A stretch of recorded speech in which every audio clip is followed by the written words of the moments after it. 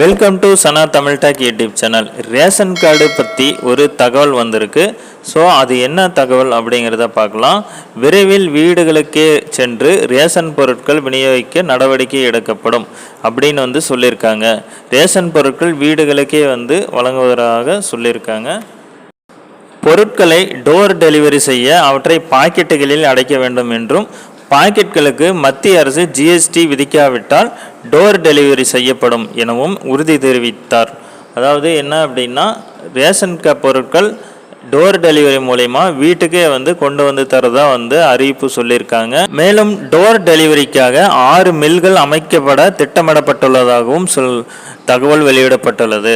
So door delivery செய்வதாகவும் ration பொருட்கள் வீட்டுக்கே கொடுப்பதாகவும் சொல்லியிருக்காங்க. ஸோ இது இந்த திட்டத்தினால என்னென்ன பயன்கள் இருக்குது அப்படின்னு சொல்லிட்டு நீங்கள் கமெண்ட் பண்ணுங்கள்.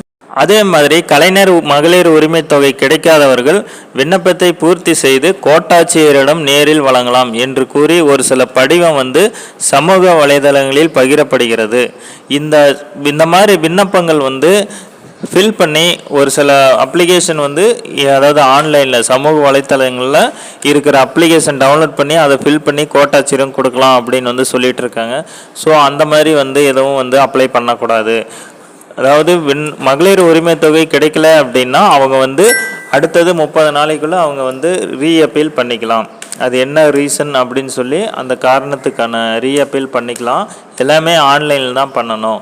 இந்த மாதிரி ஃபார்ம் இருக்குது, அதை நீங்கள் ஃபில் பண்ணி நேரில் சென்று கொடுக்கணும். அப்படி இந்த மாதிரி பண்ணக்கூடாது.